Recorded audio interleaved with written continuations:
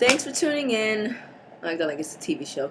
Anyway, yeah, thanks you guys for asking questions. I'm all for asking questions. I'm one of those many people that ask consistent amount of questions just because I feel like it's always good to be informed as much as possible. So, without further ado, I have here the list of questions that people asked me or asked me to be able to do for them.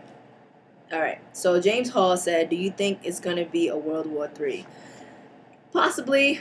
I'm a very strong believer in the biblical aspect of the revelation. So at some point, I do believe that that possibly can happen. Probably in this lifetime, you just never know. It's all based on your belief and your political aspect and viewpoint on things. Okay, Shy Tarver said, how was the laundry routine in boot camp go? Okay, how did the laundry routine go? Basically, there were people who were in charge of taking care of laundry, and they would be the ones to gather everybody's clothes together, and then they would all take care of the washing aspect. And then once it was completed, everybody would go around in a circle and then collect their stuff or whatever, or take whatever amount they could and then place it on people's racks, which was their bed. And because every rack had like a certain person or whatever on the bed, and it had everybody's name. So after a while, you get used to knowing where everybody's stuff is. Okay, next one. James Hall asked me numerous questions. Okay, can I be a medic in the Navy? Yes, you can. I call that a corpsman. The corpsman school is pretty long. It consists of many months in a school, so think of it as medical school compressed Navy-wise. That's basically what it is. How can I become one? Well, when you go to, after you take your ASVAB and then you're going to apply for your job, for your rate, I believe my last, apply for your rate, ensure that you get HM, which is a corpsman. If they don't have it, it's up to you whether or not you want to wait a little bit to see when it opens up, but depending on whether you want to be able to wait X amount of months or, whatever be the case, it all depends. What if you have a felony on your juvenile record? Will it still be hard to join? That I cannot be certain about. I know that when I worked with my recruiter for rap duty, he informed me that if you have misdemeanors, that's a little different. But I'm not too sure about felonies. I know that the Army, apparently, I believe,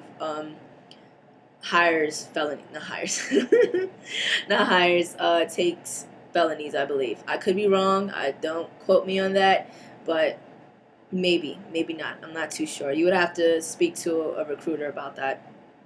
Would I have to pay it all before joining? Oh, what? What did he say? Oh, I think he was referring to debt.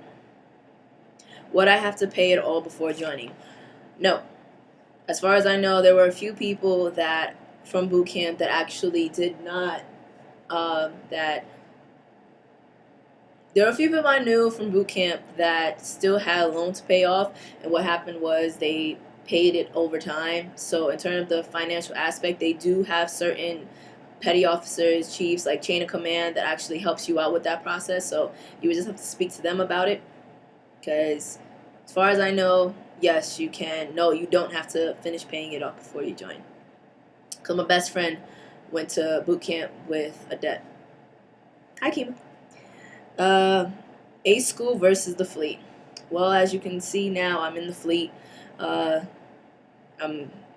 It's interesting. You get to learn and see a lot of different people, and it's fun. Like, the one thing I can say about the military in general as a whole is that you're going to meet great, amazing people, and then they're going to leave just like that. So I try to think of it as having as much fun as possible with as much people as possible, because you could actually learn a lot more about things.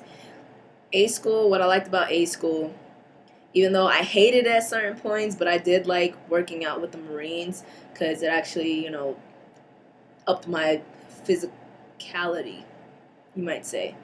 And the fleet, what I enjoy is that it's a lot more freedom. It still has its restrictions and stuff like that, but it's still fun nonetheless.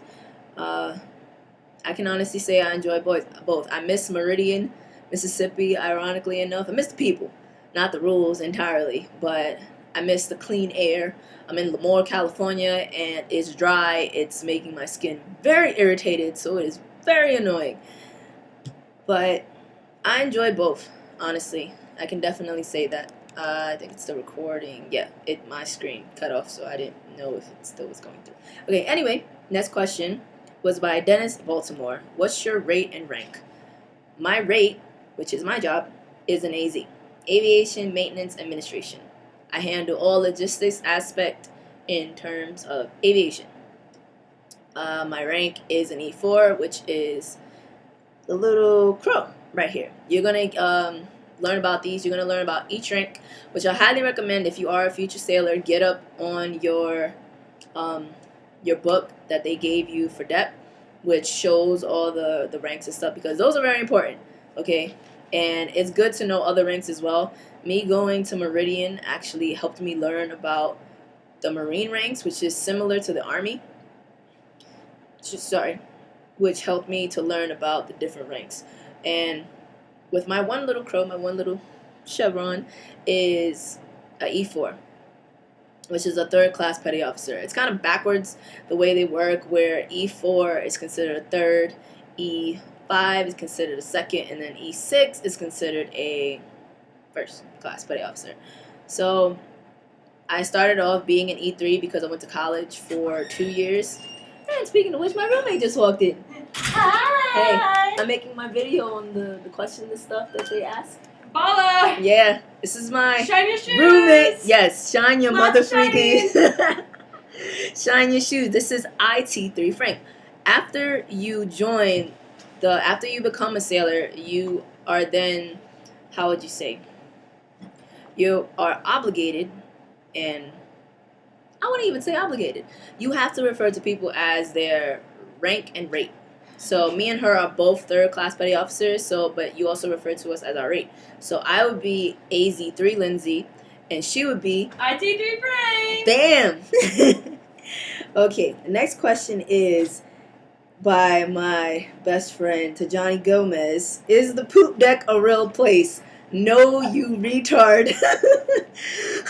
Anyway, that did make me laugh though. Kashif Johnson asks, I think you should upload more dance videos. I try to. I'm trying to get better. It's just hard sometimes because I haven't been able to go much places, and gas is expensive to take up dance classes. But yeah, I will try to as much as possible. Okay, Peace Love CC22 said, where I'm at now, is that how the A school looks? I don't know what you're trying to ask me, but A school housing all depends on your location. Most people I know went to A school in Pensacola. People with my rate in LS and PS,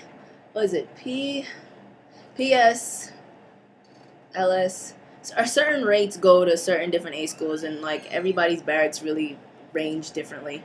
Okay, next person's asked. Sean Taylor asks, what's your rate? Said that already. Your ASVAB score. I got a 50 on my ASVAB score. They didn't really change the requirements for the ASVAB score, but when I joined, my recruiter told me that a minimum of 50 would give you a best chance of getting a good rate, because it's hard to get anything like around like 38 and stuff like that, or 40. In other branches, it's a little easier, but for the Navy, they expect you to really aim high and stuff like that. Some people I know got lower, but this was like years ago, and they've been in a lot longer. So when I joined in March of last year, March 2013. I joined last year. Okay, next question. Still Sean Taylor. What jobs were offered at MEPS? Well, as I put here, choose your rate, you choose your fate. Bam, Choose your rate, you choose your fate. Just be cautious, okay? That's all I gotta say. I don't want to give anything away, because you have to learn for yourself about the job that you pick at that current time, it is going to be very hard for you to change it when you're in. People have done it, but it's hard to get the rate that you want once you actually been in the fleet and actually get a viewpoint on how different rates and stuff work. Like, for my rate, my AZ was the only one available at the time that I took it, but I originally wanted OS, Operational Specialist, MA, Master at Arms, and what was it? QM, Quartermaster. I'm glad I didn't get none of those three because I actually enjoy my rate. It's actually pretty good. IT3 Frank, would you like to say anything about your rate? ITs. I am a computer geek. We deal with computers. It is the best rate. You sit in air-conditioned space. And you get to geek out. Geek Squad. Yeah. Honestly, they do a lot of like the whole, geek stuff. So I can honestly say she's one of the main people that you will always have, no matter what rate you end up going to, you're always going to meet an IT. They're like the go-getters, and they're pretty important people. But it's not the best rate ever, though. AZ for life. Anyway, okay. So like I said, choose your rate. You choose your fate. It will be with you for a very long time. I'm telling you this now. Even when you go from, Seaman Apprentice, where you go in undesignated, you're really going in undesignated. So you can be thrown anywhere. It's a bittersweet thing. More bitter from what I heard than sweet, but it all depends on what you want. I didn't mind a job in aviation because being around F-18s it's kind of dope. Can you describe to them what undez means? Oh, undesignated means you don't have a rate, you don't have a job. So you're just basically thrown into any rate or job or work center. Don't listen to your recruiters. They'll tell you that it's awesome. It's not. Don't do it. Heads up. Continue. That is the warning from IT3 Frank. It's not bad. I don't know. Well, some people say it sucks. So others.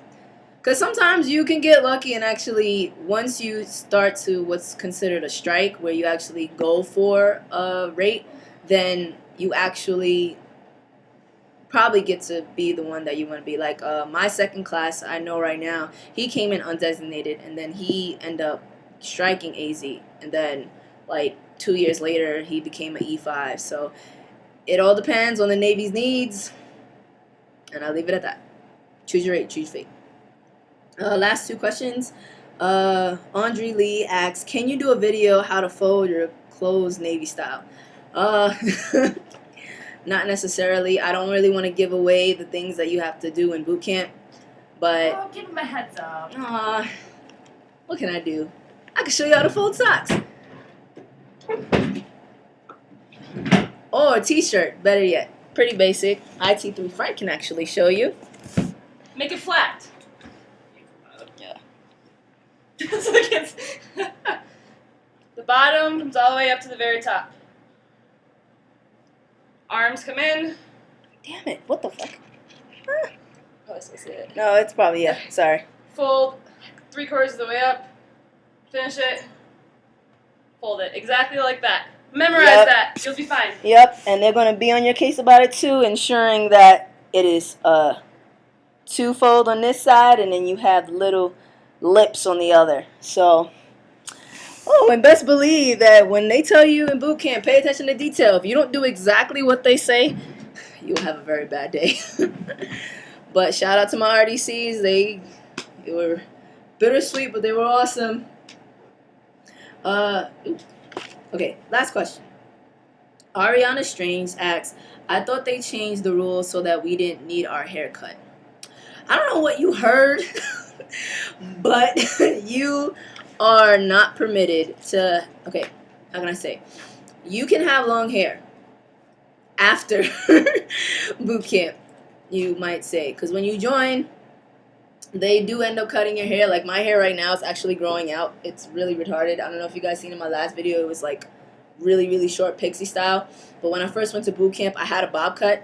And apparently it still wasn't a reg, so they decided to chop it off some more and then cut it up here.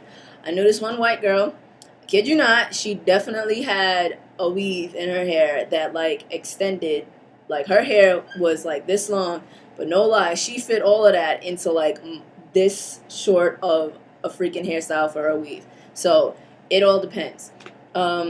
After you are in A school and stuff, you're permitted to grow out your hair, but you also have to be, if your hair exceeds past your collar, you have to ensure that you keep it inside of a bun. IT3 has a bun. I'm trying to see if she'll actually come out. You have a bun? Oh, damn, she took it I out. took it out. Yep. This is what you use. It's called a sock bun. You can buy them at Claire's. They're great. Yep. Ponytail, shove it in, put the hair around it. Mm-hmm. Bam! Yep, you can see her hair is longer than mine. I'm trying to get that long again. But mine is like, you know, I got my little mullet thing going on. But you are permitted to have long hair. You just can't let it grow until after boot camp. So that is it. If you guys have any more questions, feel free to ask. I am all for it, and I will try to make it so at least one other person from the Navy or from like any branch will actually be willing to do a video with me. So you guys ask more questions and tune in later. Deuces. Hoo-yah, Navy.